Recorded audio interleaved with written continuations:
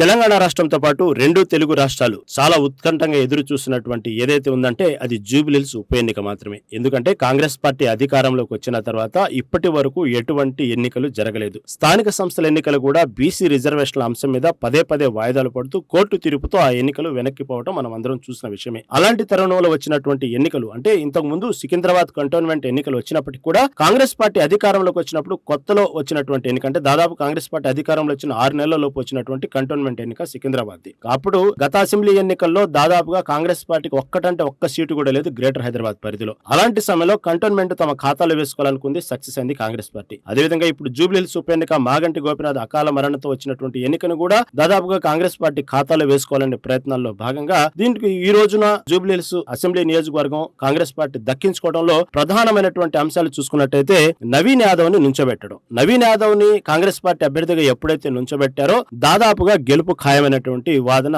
Assembly నియోజకవర్గ పరిధిలో వచ్చింది. ఎందుకంటే కాంగ్రెస్ పార్టీ బీసీల పట్ల ఉన్నటువంటి ప్రేమని కావాలని బీసీలని ఆదరిస్తున్నాం, బీసీలకు రాజ్యాధికారం ఇచ్చే పార్టీ కాంగ్రెస్ పార్టీ అని చెప్పుకుంటూ కేవలం అదే ఆ విషయంలోనే చెప్పుకోవటమే కాకుండా రిజర్వేషన్ అంశంలో కూడా కోర్టులో పోరాడుతుంది. కాబట్టి ఆ బీసీని అనేటువంటి బలమైనటువంటి బీసీ ఏదైతే వాదం ఉందో అది ప్రజల్లో తీసుకెళ్లటంలో మాత్రం కాంగ్రెస్ పార్టీ సక్సెస్ అయిందని అనుకోవాలా ఈ ఉప ఎన్నికలో.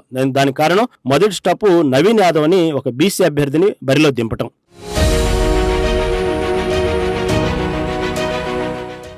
కాబట్టి బలంగా ఉన్న బీసీ ఓటు బ్యాంకును కాంగ్రెస్ పార్టీ వైపు తిప్పుకోవటంలో మాత్రం ఇక్కడ సక్సెస్ అయింది మొదటి స్టెప్. ఇక తర్వాత నెక్స్ట్ జూబ్లీహిల్స్ నియోజకవర్గ పరిధిలో ఉన్నటువంటి ఏదైతే ముస్లిం ఓటర్లు 130,000 ఉన్నారు. ఈ ముస్లిం ఓటు బ్యాంకు మొత్తాన్ని కూడా కాంగ్రెస్ పార్టీ తమ వైపు తిప్పుకోవటంలో సక్సెస్ అయింది అనుకోవాలి. ఎందుకంటే ఎంఐఎం పార్టీ నేరుగా మద్దతు ఇవ్వటం, డైరెక్ట్ గానే మద్దతు ఇవ్వటం. ఎందుకంటే నవీన్ యాదవ్ గతంలో కూడా ఎంఐఎం పార్టీ తరపున నుంచినటువంటి అభ్యర్థి అయినప్పటికీ ఎంఐఎం పార్టీ కాంగ్రెస్ పార్టీకి మద్దతు ఇవ్వటం అనేది కూడా ఇక్కడ ప్రధాన అంశం. గెలవటంలో ఇదొక అంశం. బీసీలతో పాటు ఇటు ఎంఐఎం పార్టీ కూడా నేరుగా మద్దతు ఇవ్వటం, 130,000 ముస్లిం ఓటు బ్యాంకు తమ వైపు తిప్పుకోవటంలో. తర్వాత ఆటోమేటిక్ గా ప్రతి పార్టీకి కొంత ఓటు బ్యాంకు ఉంది కాబట్టి జూబ్లీహిల్స్ పరిధిలో మొత్తం మీద 60,000 స్థిరమైన కాంగ్రెస్ ఓటు బ్యాంకు ఉంది ఇక్కడ. అది కూడా గెలుపులో ఒక ప్రధాన పాత్ర పోషించిందని చెప్పుకోవాలి. తర్వాత అధికార పార్టీ అభ్యర్థి కావటం, ఎందుకంటే దాదాపుగా ఏ పార్టీ అయితే అధికారంలో ఉండిద్దో ఆ పార్టీ అభ్యర్థి దాదాపు ఉప ఎన్నికల్లో గెలిచేటువంటి సందర్భాలు మనం ఎక్కువగా చూస్తాం. అక్కడక్కడ కొన్ని జరిగినప్పటికీ కూడా ఎక్కువ శాతం మాత్రం అధికార పార్టీ అభ్యర్థి ఉప ఎన్నికల్లో గెలుస్తారు. కాకపోతే ఇక్కడ దాదాపుగా అధికారంలోకి వచ్చి 2 సంవత్సరాలైంది కాంగ్రెస్ పార్టీ. అనేక విమర్శలు ఎదుర్కొంటున్న తరుణంలో ఇది ఒక రిఫరెండం గానే తీసుకుంది. ఆ విషయంలో రిఫరెండం గా తీసుకున్నప్పటికీ కూడా కేవలం స్టార్ క్యాంపెయినర్ గా ఉన్నటువంటి రేవంత్ రెడ్డి ఆ విషయంలో సక్సెస్ అయ్యాడనే చెప్పుకోవాలి. ఎందుకంటే తన పార్టీ రిఫరెండంతో పాటు తనకు కూడా తన పదవి కూడా ముఖ్యమంత్రి పదవి కూడా రిఫరెండం గానే భావించాడు తను. కాబట్టి తనే స్టార్ క్యాంపెయినర్ గా మారి ప్రచారం చేసిన తీరును మాత్రం ఒక రకంగా చెప్పాలంటే దాదాపుగా గెలుపు తీరాలకు తీసుకెళ్లి గెలిపించేటువంటి విషయంలో మాత్రం రేవంత్ రెడ్డిదే సింహభాగం అని చెప్పుకోవాలి. తర్వాత అక్కడ ఉన్నటువంటి ఏదైతే ఉన్నారో నియోజకవర్గ పరిధిలో ఉన్నటువంటి ప్రజల్లో కాంగ్రెస్ పార్టీ పట్ల వ్యతిరేకత ఉన్నప్పటికీ కూడా ఒకవేళ ఇప్పటికిప్పుడు ఈ ఉప ఎన్నికల్లో ఏ సానుభూతిగానో ఆల్రెడీ మాగంటి గోపీనాథ్ నియోజకవర్గమనో మాగంటి గోపీనాథ్ భార్య సునీతనో సెంటిమెంట్ గానో ఒక స్త్రీగానో ఇవన్నీ పరిణామాల్లో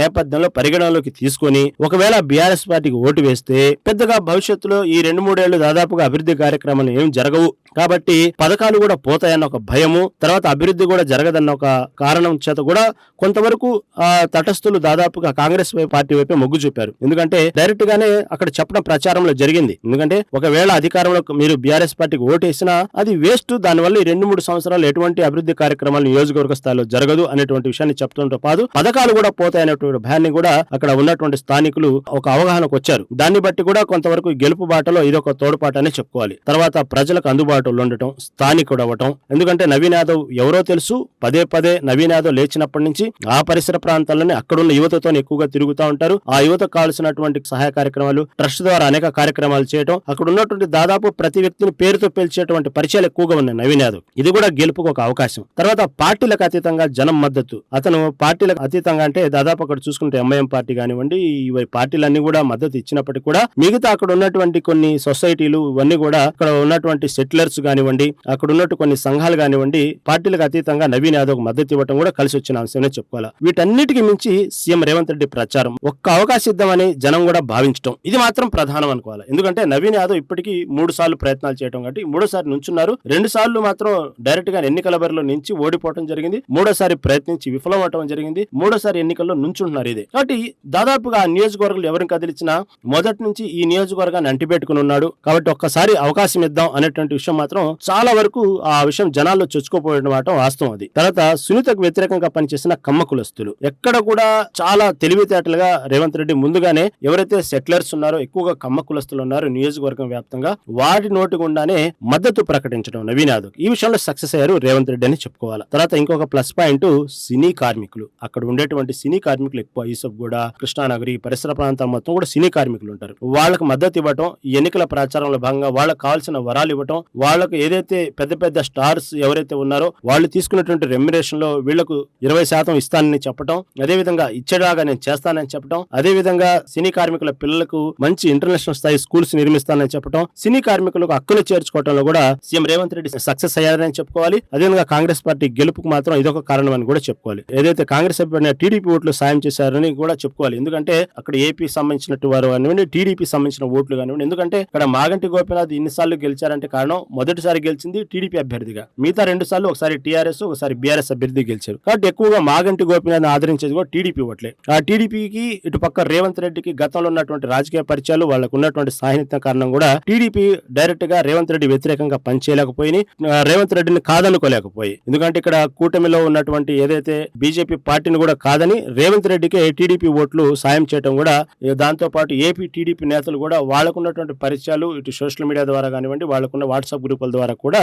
రేవంత్ రెడ్డి అయినా నవీన్ యాదవ్ అయినా కాంగ్రెస్ పార్టీ కాబట్టి టోటల్ గా రేవంత్ రెడ్డిని కాదనలేక వాళ్ళు వ్యతిరేకంగా వర్క్ చేయలేకపోగా టీడీపీ నేతలు కూడా కొంత సహకారం అందించారు నవీన్ యాదవ్ యొక్క గెలుపులో. ఈ విధంగా ఎటు చూసినా కూడా అన్ని రకాలుగా చూసుకున్నా, ఇటు బీసీ బలమైన వాదం కానివ్వండి, ఇటు ముస్లిం మైనార్టీ సంబంధించిన ఓటు బ్యాంకు కానివ్వండి, ఇటు ఎంఐఎం పార్టీ డైరెక్ట్ గా సపోర్ట్ చేయడం కానివ్వండి, స్థానికుల్లో పథకాలు పోతాయన్న భయం కానివ్వండి, అదే కాకుండా ఎప్పుడు దగ్గరగా ఉండే వ్యక్తి పరిచయస్తుడు స్థానికుడు అవ్వటం నవీన్ యాదవ్ కానివ్వండి, ఇలా ఈ విధంగా ప్రతి ఒక్క అంశంతో పాటు సీఎం రేవంత్ రెడ్డి చేసినటువంటి ఏదైతే కార్నర్ మీటింగ్ రోడ్ షోలో మాట్లాడిన మాటలు, డైరెక్ట్ గా జనాల్లో గుచ్చుకునే విధంగా మాట్లాడినట్టు మాటలు, స్వభావాన్ని చొచ్చుకుపోయి ఆలోచింపజేసే విధంగా మాట్లాడినటువంటి మాటలు రేవంత్ రెడ్డి, ఇవన్నీ అనేక ప్లస్ పాయింట్లు. సినీ కార్మికులు కానివ్వండి, లోకల్ గా ఉన్నటువంటి సెటిలర్స్ కానివ్వండి, టీడీపీ నేతల యొక్క మాటలు కానివ్వండి, ఇలా అన్ని విభాగాలుగా నవీన్ యాదవ్ ఈ రోజు గెలిచారంటే ఇన్ని కారణాలతో నవీన్ యాదవ్ గెలిచాడని చెప్పుకోవాలి. ఇక్కడ ఎక్కడ సెంటిమెంట్ మాత్రం పనిచేయలేదు. కేవలం నవీన్ యాదవ్ చరిష్మా, రేవంత్ రెడ్డి యొక్క స్టార్ క్యాంపెయినింగ్, అక్కడ ఉన్నటువంటి సెటిలర్స్, అదేవిధంగా అభివృద్ధి కార్యక్రమాలు, ఇవన్నీ తోడే ఈ రోజు నవీన్ యాదవ్ గెలుపుకు